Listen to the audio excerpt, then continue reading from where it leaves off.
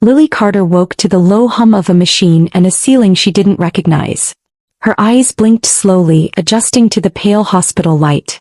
For a moment she thought she was dreaming, but the sharp ache in her ribs told her she wasn't. She swallowed, her throat dry, and tried to push herself up before a wave of weakness pinned her back. A nurse hurried in and gently pressed her shoulder. "Easy, you've been in a coma." Lily's breath caught. "For how long?" she whispered. 3 months, the nurse replied softly. The words hit her harder than the pain. But what hit her worst was the empty room around her. No father, no brother, no stepmother. Just a single folded note on the tray beside her bed. Lily reached for it with trembling fingers. Her father's handwriting stretched across 5 cold words. "We stopped paying. Good luck." Her chest tightened as she reread it again and again. A thin cry escaped Lily's throat, quiet, the kind people make when their body is too weak for sobbing. The nurse pretended not to notice, adjusting her 4 lines with gentle movements. Lily stared at the note, its ink sharp and merciless. She remembered that handwriting so well. It was the same handwriting her father used to sign bonuses for strangers at the company, the same neat signature he used at events where he introduced her brother Adam as the future of the business. Not the handwriting of the man who once carried her on his shoulders through rainy Seattle streets. Not the handwriting of a father who stayed when things got hard.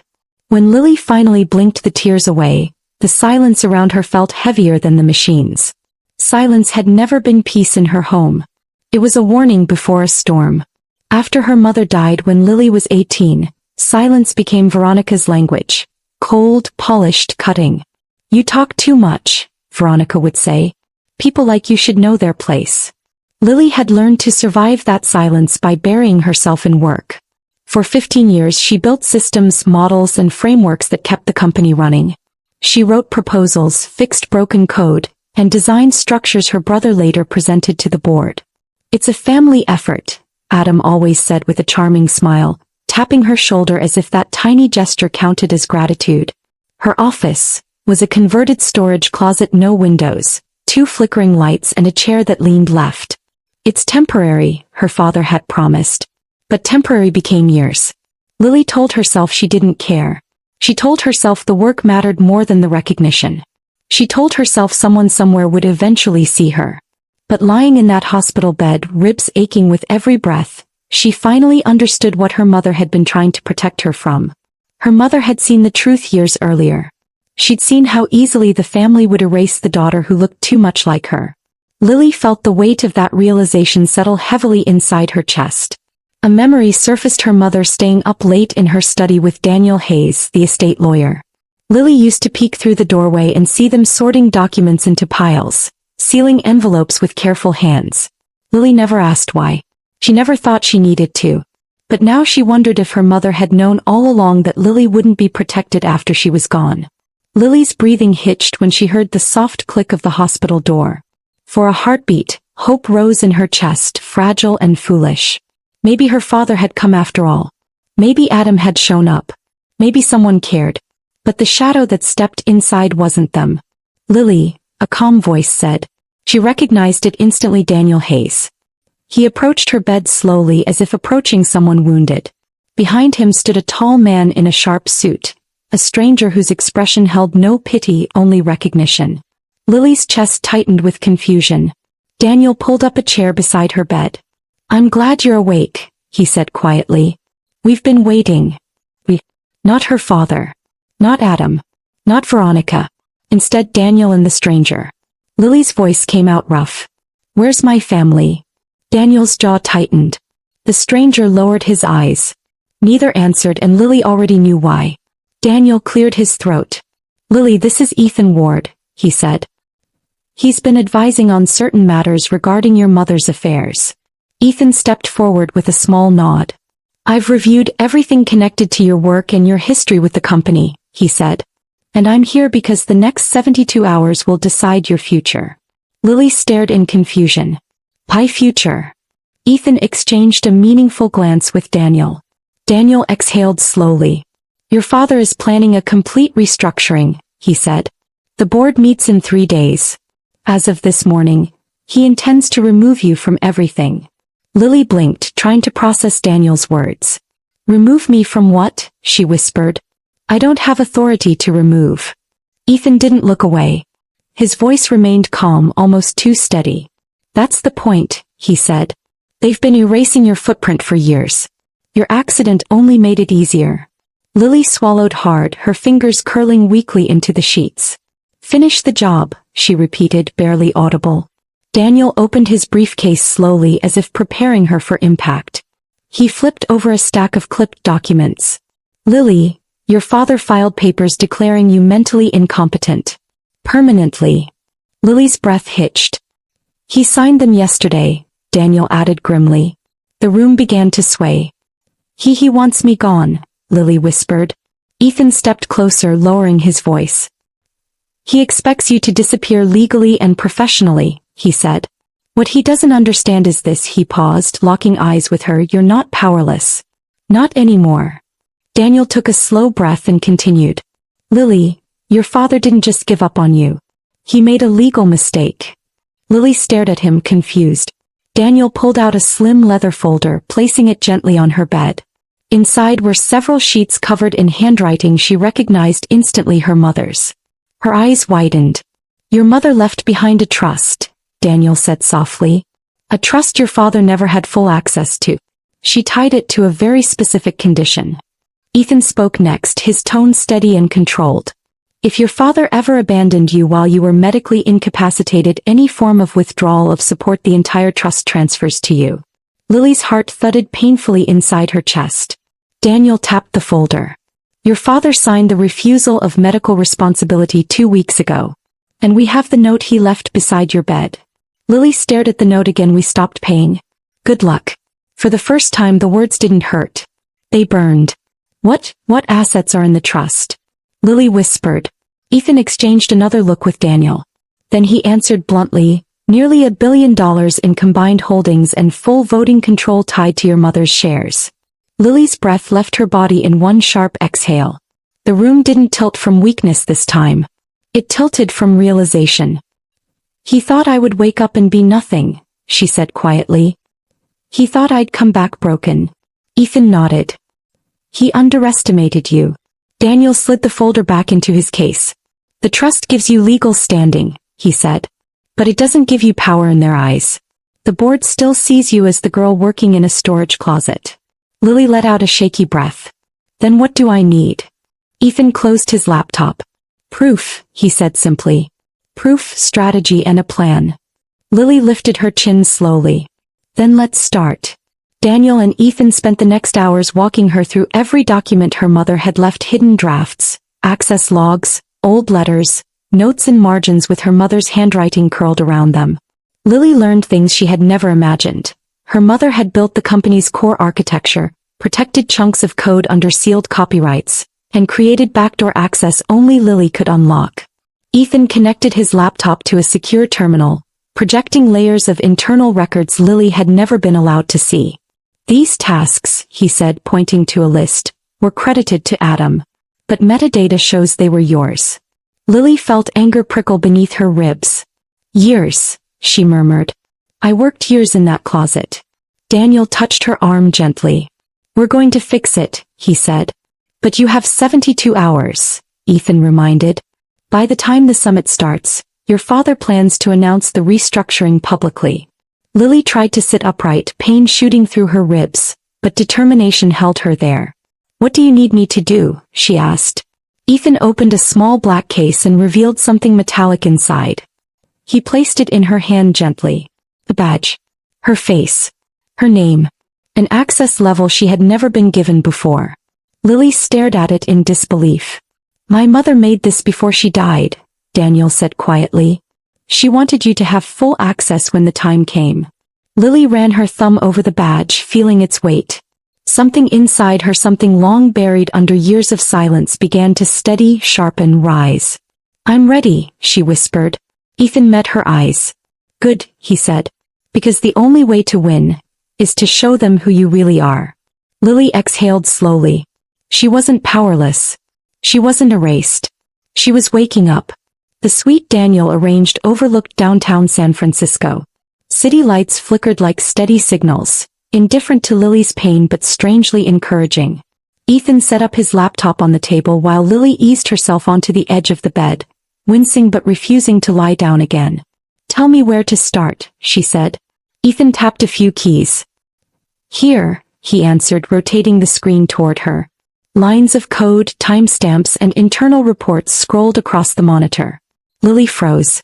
"These are my drafts." Ethan nodded. "Every one of them. Your mother didn't just build a trust. She built a trail. And she left doors only you could open." Lily's throat tightened. "She knew I'd need this one day." Daniel gave a faint, sad smile. "She knew they would try to erase you," he said. "She made sure they couldn't." As hours passed, the room transformed into a quiet war zone. Printouts covered the walls, sticky notes formed timelines of betrayal, and folders lay open like evidence boxes. Daniel stepped out often to make confidential calls, his face tense each time he returned. Ethan worked methodically beside Lily, highlighting patterns and drawing lines between stolen credit and false reports. "Adam wasn't just presenting your work," Ethan said. "In some cases he deliberately removed your metadata before submitting the files." Lily clenched her jaw. "Of course he did." Ethan looked at her carefully. "You know when you walk onto that stage tomorrow, they'll try to discredit you." Lily nodded. "They've been doing that since I was 19. He raised an eyebrow. "And now?" She breathed out slowly, fingers brushing the access badge. "Now I'm not afraid of them." By dawn, Lily had reviewed years of hidden logs, long nights she barely remembered, server room records showing she worked through holidays, emails marked red, that no one ever acknowledged. Ethan stepped back from the wall of notes. "We have everything," he said. Daniel returned with fresh coffee and news. "3 board members agreed to hear you out," he said. "They won't act unless you show up in person." Lily's heart pounded. "Then I'll show up." Daniel hesitated. "Your father has no idea you're awake." Lily looked out at the morning sky. "Good," she murmured. "He doesn't deserve a warning." She slipped the badge into her pocket and straightened her shoulders. Pain stabbed her ribs, but she refused to bend. Her mother hadn't raised someone who breaks quietly. Later that morning, Daniel and Ethan escorted Lily through the hotel lobby. Executives filled the space, people who once walked past her in the office like she was a piece of furniture. None of them looked twice at her now, not knowing the storm she carried. They approached the main conference hall, but a tall man in a Navy security uniform stepped into their path. "Miss Carter," he said gently. Daniel stiffened. Ethan narrowed his eyes. But the man raised a hand. "I'm not here to stop you. I'm here to give you this." He handed Lily a small notebook worn from years of use. Confused, Lily opened it. Inside were notes, dates, times, observations. "I work nights," the man said. "For years I saw you come in late, leave early, always exhausted. I kept records. Because someone should have." Lily's hand flew to her mouth. "Why help me?" He shrugged lightly. "Because my wife works in your R&D team. She says the company stands on your work. Make them listen." Inside the massive hall, Lily's father stood on stage beneath bright lights, speaking confidently to hundreds of executives. Veronica sat in the front row with a perfect smile. Adam hovered near the podium holding a tablet, probably his speech. Lily waited behind the curtain, her pulse steady.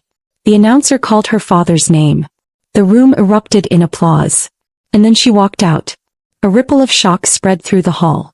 Her father's smile dropped. "Lily," he barked. "What are you doing here?" Lily reached for the second microphone with calm fingers. "Good morning," she said, her voice echoing across the room. "This won't take long." Her father hissed. "You are not well." "No," she said firmly. "What's not well is declaring your daughter mentally incompetent while she is unconscious in a hospital bed." Whispers exploded in the hall. Lily pulled the folded note from her pocket, her father's handwriting gleaming under the lights. "He left this beside my bed," she said. 5 words.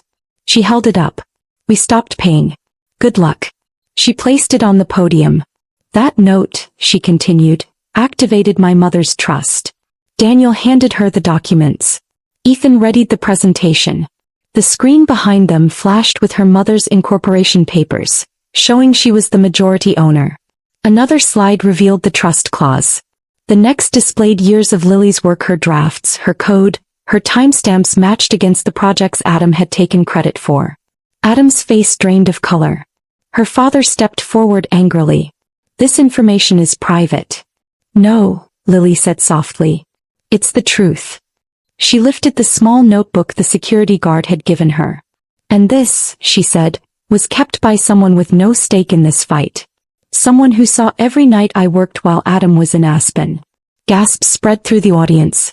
Veronica's expression cracked. A board member stood abruptly. "I move for an immediate vote of no confidence." Hands rose across the hall. Lily watched her father freeze, his authority evaporating in seconds. The vote passed swiftly. Delegates whispered. Reporters scribbled. Adam stepped back from the podium, hands shaking. Veronica looked like she was trying to swallow her own rage. Lily stepped away from the mic, her heart pounding. She hadn't destroyed anything. She had simply revealed what was already broken. The board adjourned shortly after. As people filtered out, Lily watched her father sit alone in the front row, staring at the floor like he didn't recognize the pieces of his life anymore. Veronica didn't go to him. Instead, she grabbed her purse and left the room without a glance back. Adam disappeared quickly, avoiding every eye in the hall. Lily didn't follow them. There was no point. Daniel and Ethan walked beside her through the backstage hallway. For the first time since she woke, Lily's spine felt lighter. Not because the weight was gone, but because she no longer carried it alone. "You did it," Daniel said quietly. Lily shook her head. "I did what my mother planned for me to do." That evening, the board held an emergency session. They removed Richard Carter, Veronica Carter, and Adam Carter from all authority positions effective immediately. "Adam will be reassigned," one board member told Lily. "Junior analytics." It was a polite way of saying he'd start at the bottom, where Lily had been forced to begin 15 years earlier. Lily didn't celebrate. She simply nodded, accepting the justice without joy. When they offered her her mother's seat and the role attached to it, Lily accepted quietly. No grand speech. No victory dance. Her mother wouldn't have wanted theatrics. She would have wanted steadiness, dignity, restoration. A week later, Lily returned to Seattle. Her first stop wasn't the office. It was the hospital room. The same room where she had woken up alone. The bed was freshly made. The machines were gone. But Lily still felt the echo of that loneliness press faintly against her ribs. She stood by the window and rested her palm against the cool glass. "I did it, Mom," she whispered. "I put us back where we belong." A soft calm settled over her shoulders. For the first time since her mother died, Lily felt something warm and steady, like her mother's hand resting lightly on her back. Over the next month, Lily transformed the company quietly. She reopened departments her father had stripped. She reinstated funding to R&D teams that had been ignored. She held meetings not to dominate but to listen. People responded with surprise at first, then respect. Ethan joined her as head strategist. Daniel continued advising on legal affairs. And employees who once passed her in hallways without a second glance now paused to thank her. Lily didn't need their praise, but it reminded her of something she had forgotten long ago, what it felt like to be valued.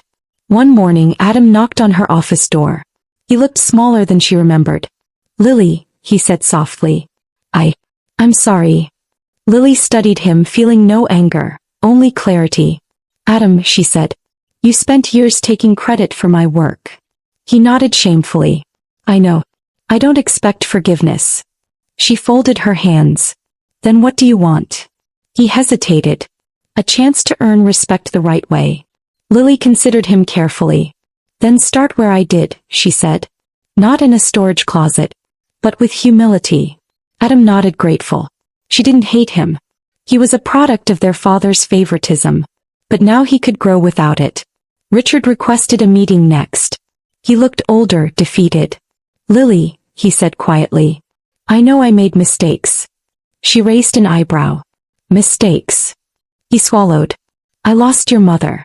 I didn't know how to raise you." Lily exhaled slowly. "You didn't lose me because Mom died," she said. "You lost me because you chose not to see me." Richard lowered his eyes. "Can we fix this?" Lily shook her head gently. "Not right now. Maybe one day. But I need distance." He nodded, though pain flickered across his face. Love wasn't the issue. Consistency was. On the anniversary of her mother's death, Lily visited her grave with a single white rose. She sat beside the headstone and talked, not out loud but in her heart. She told her mother about the